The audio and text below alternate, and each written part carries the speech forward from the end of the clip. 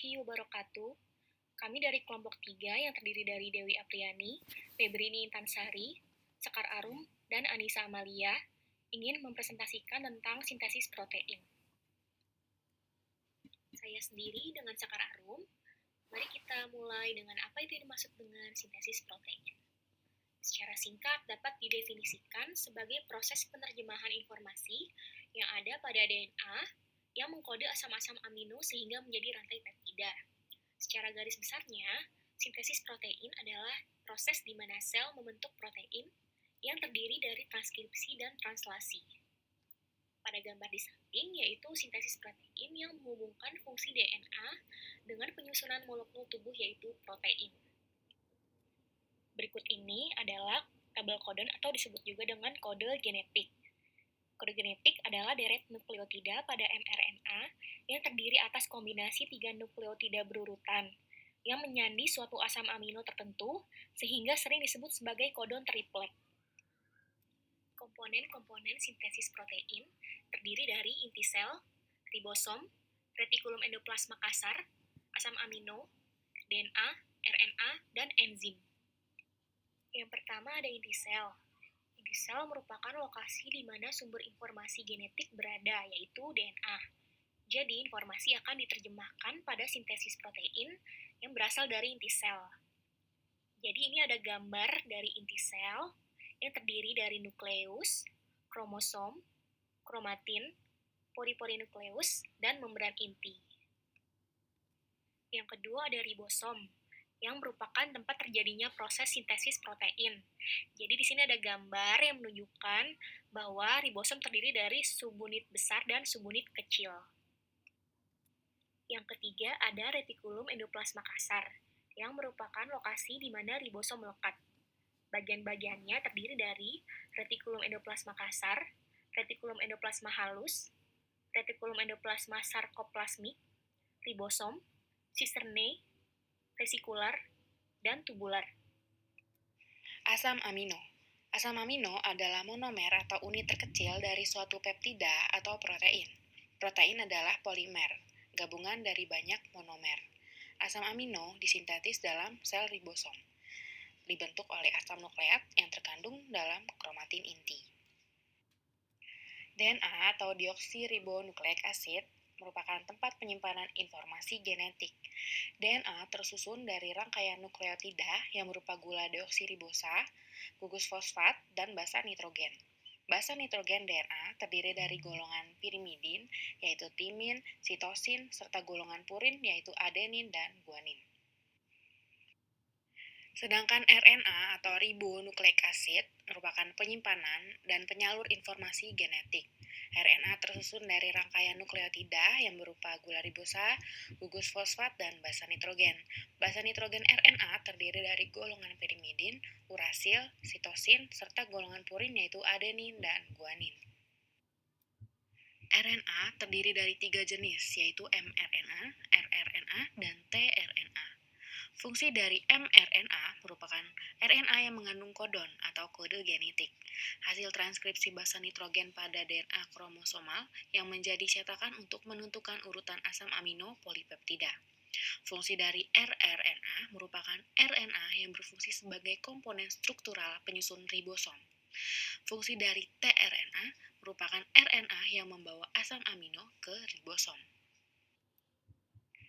Enzim. Enzim yang berperan ada 3 jenis yaitu RNA polimerase, amino asid tRNA, dan peptidil transferase. RNA polimerase merupakan enzim yang berperan dalam proses perangkaian molekul RNA dari molekul DNA. Sedangkan amino asid tRNA merupakan sintase amino asid tRNA, sintase yang merupakan enzim yang menguntaikan asam amino dengan tRNA. Lalu ada peptidil transferase yang merupakan enzim yang memindahkan dan menyambungkan untai peptida dengan satu asam amino baru ribosom. Tahapan proses sintesis protein. Tahapan ini ada 2 yaitu transkripsi dan translasi.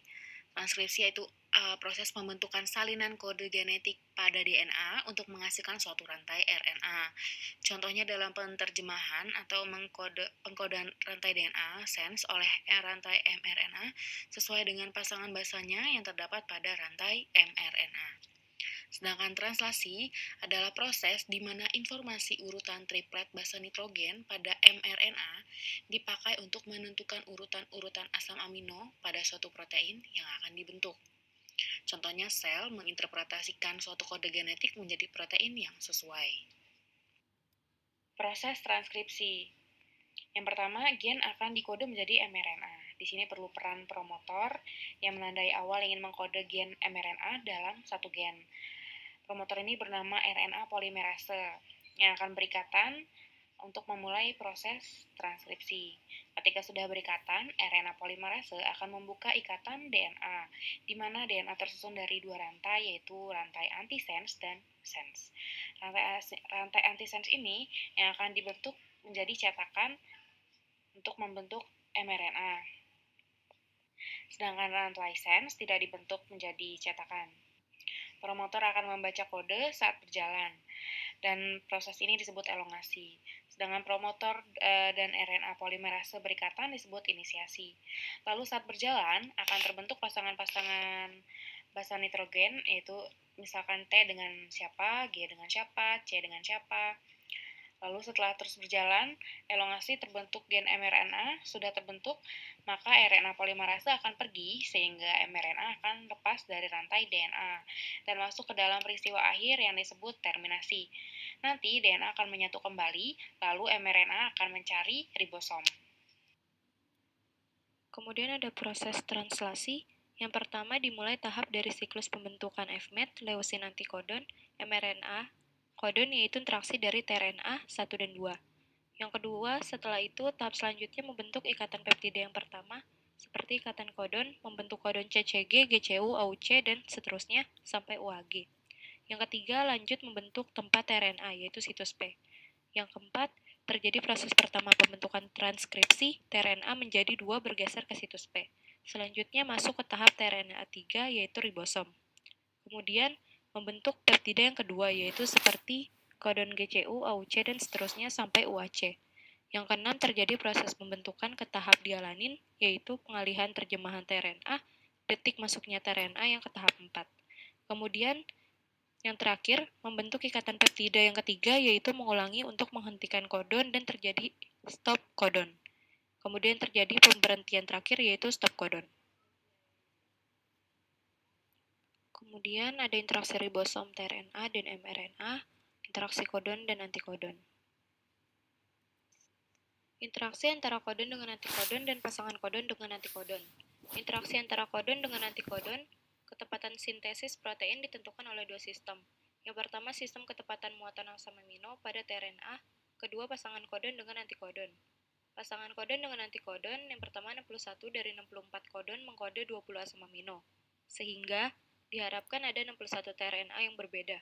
Faktanya, tRNA dari ragi dapat berpasangan dengan 3 dari 4 kodon alanin, yaitu GCU, GCC, dan GCA. Antikodon tRNA tersebut adalah 5 strip IgG strip 3. Inosin adalah nukleosida ribosil hipoksantin. I dapat berpasangan dengan UCA, ikatan hidrogen tetapi tidak sekuat tipe Watson-Crick. Tidak ada antikodon yang dimulai dengan 5A. Setiap A muncul pada posisi pertama dari tRNA baru hasil transkripsi. A akan dideaminasi menjadi hipoksantin, basa dari inosin. Beberapa cara modifikasi, yang pertama ada prokariot. Modifikasi FMET pada NH2 terminal asam amino, yaitu gugus fomil dibuang dengan enzim deformilase. Yang kedua ada eukariot, FMET, MET, dan beberapa asam amino, enzim aminopeptidase deformilase dibuang atau hilang. Proses FMET atau menjadi MET terjadi bila asam amino kedua, yaitu arginin, asparagin, asam aspartat, asam glutamat, isoleusin, dan lisin, proses FMET hilang atau dibuang. Terjadi bila AA kedua, yaitu alanin, glisin, prolin, treonin, valin. Kemudian yang kedua ada NH2, terminal asam amino yang baru terbentuk kadang mengalami yang disebut asetilasi. Yang ketiga, beberapa asam amino dimodifikasi kolagen. Prolin dan lisin disebut hidroksilasi. Beberapa organisme, serin, tirosin, treonin menjadi fosforilasi pada gugus OH. Sering OH- bebas dari serin dan treonin, berikatan dengan gula membentuk glikoprotein. Dua gugus sulfhidril atau SH yang jauh pada dua sistem mengalami oksidasi membentuk disebut ikatan disulfida. Kemudian transkripsi dan translasi pada tahap inisiasi, elongasi, terminasi. Tahap inisiasi, transkripsi, proses tahap inisiasi transkripsi dan membutuhkan promotor, urutan khusus DNA yang mengikat RNA polimerasi dengan sangat erat. Promotor adalah urutan kontrol penting yang memberitahu RNA polimerasi 3 hal. Yang pertama, mulai dari mana transkripsi, untai DNA mana yang harus dibaca, arah untuk mengambil dari awal. Translasi, proses tahap inisiasi translasi terjadi dengan adanya mRNA, sebuah tRNA yang memuat asam amino pertama dari polipeptida, D2 subunit ribosom. Ujung mRNA yang telah masuk ke sitoplasma akan terikat dengan ribosom unit kecil, yang kemudian mengikat ribosom unit besar. Selanjutnya, ribosom akan mengikat dua molekul tRNA yang antikodonnya komplementer terhadap kondon mRNA. Di dekat tempat penyelekatan ribosom subunit kecil pada mRNA, terdapat kodon inisiasi AUG, yang memberikan sinyal dimulainya proses translasi. tRNA inisiator yang membawa asam amino, metionin, melekat pada kodon inisiasi AUG. Saya Dewi Apriani. Saya ingin melanjutkan presentasi Anissa. Saya ingin menjelaskan proses gambar inisiasi. Di sini yang pertama, campuran polimerase ke urutan promotor dalam kompleks tertutup DNA duplex. Nah, di sini ada gambar yaitu promotor RNA polimerase, dimulainya untaian dan diakhiri untaian. Yang kedua, polimerase melelehkan duplex DNA dekat lokasi awal transkripsi, membentuk kompleks terbuka gelembung transkripsi. Di sini ada untaian transkripsi bubble, yaitu gelembung transkripsi. Yang ketiga, polimerase mengkatalisasi hubungan fosfodiester dari dua RNTP5 tahap awal. Di sini inisial dari RNTP5. Tahap elongasi di sini dibagi menjadi dua, yaitu transkripsi dan translasi. Di sini transkripsi, setelah RNA polimerase terikat pada promotor, kemudian memulai proses pemanjangan. Ini melepaskan DNA sekitar 20 pasangan basa sekaligus dan membaca untaian tempat pada arah 3-5. RNA polimerase menambahkan nukleotida baru ke ujung 3 dan sampai seterusnya. Dari untai yang sedang tumbuh, tetapi tidak memerlukan primer untuk memulai. RNA baru memanjang dari pangkalan pertama yang membentuk ujung 5 hingga ujung 3. Transkripsi RNA dengan demikian antiparalel dengan untai tempat DNA. Kemudian translasi, pada tahap elongasi dari translasi, asam-asam amino berikutnya ditambahkan satu persatu pada asam amino pertama atau yang disebut metionin. Kodon mRNA pada ribosom membentuk ikatan hidrogen dengan antikodon molekul tRNA yang komplemen dengannya.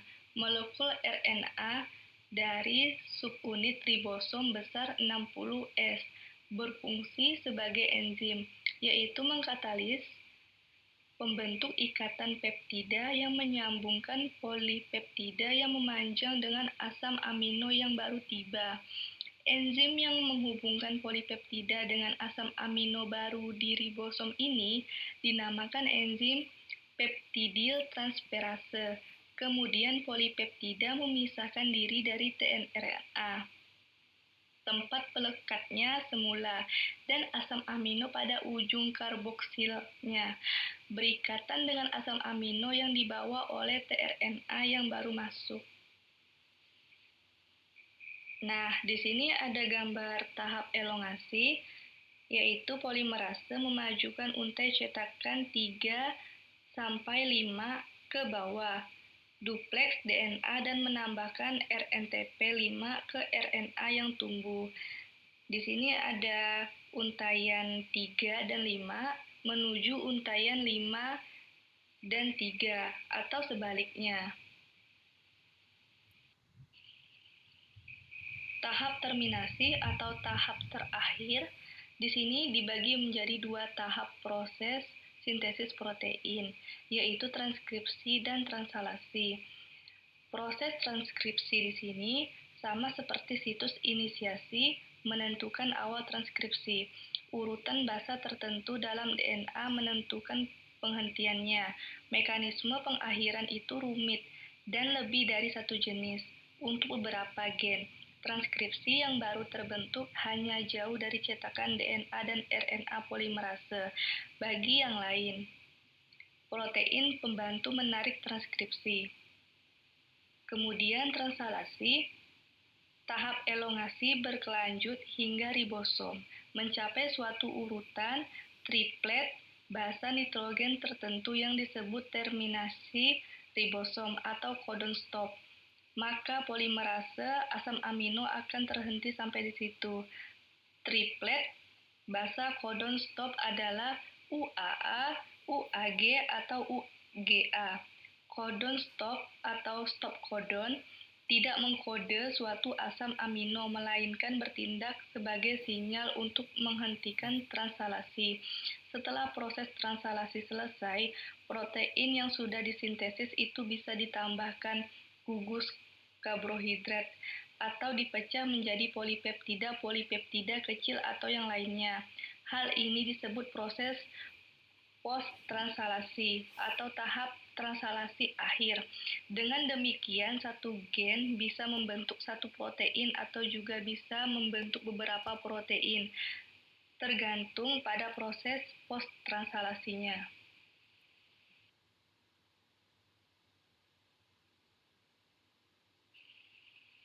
Selanjutnya, saya ingin menjelaskan yang sebelumnya sudah dijelaskan. Di sini ada gambar proses tahapan inisiasi, elongasi, sampai dengan proses post-terminasi. Di sini ada gambar, yaitu terdapat inti nukleus, pori-pori nukleus, mRNA, kodon, antikodon, tRNA, asam amino metionin, ribosom, lahirnya sebuah peptida baru, tRNA. Nah, di sini ada yang berwarna biru disebut adenin A, yang berwarna ungu guanin G, yang berwarna hijau sitosin C, dan yang berwarna orange urasil U. Di sini tahap inisiasi, ribosom menyuburkan mRNA dan tRNA yang membawa metionin mengikat bersama-sama. Selanjutnya, tahap elongasi, tRNA yang mengukir asam amino yang ditentukan oleh kodon berikutnya berikatan dengan kodon. Ikatan peptida terbentuk antara asam amino yang berdekatan. Ribosom menggerakkan tRNA dan mRNA. Yang berikutnya tahapan elongasi lanjutan, tahapan terminasi, dan tahapan post-terminasi atau terminasi akhir. Di sini ada nomor 3, tahapan elongasi, yaitu selanjutnya tahap proses elongasi lanjutan. tRNA pertama terlepas dan meninggalkan asam amino di belakang. Perpanjangan berkelanjutan. Rantai polipeptida terus tumbuh dan berkembang. Kemudian tahap keempat, terminasi. Selanjutnya tahap proses terminasi atau penghentian. Proses ini berakhir ketika stop codon tercapai. Stop codon adalah kode yang tidak ada tRNA yang memiliki antikodon komplementer. Yang kelima, disembel atau tahap terakhir membongkar kembali kompleks ribosom menjadi berantakan, polipeptida yang baru dibuat dan dilepaskan. Nah, di sini ada polipeptida untaian baru yang menghubungkan subunit ribosom kecil dan ribosom unit besar. Di sini ada stop codon dan mRNA. Sekian presentasi dari kelompok 3, sintesis protein. Jika ada kesalahan, mohon dimaafkan. Assalamualaikum warahmatullahi wabarakatuh.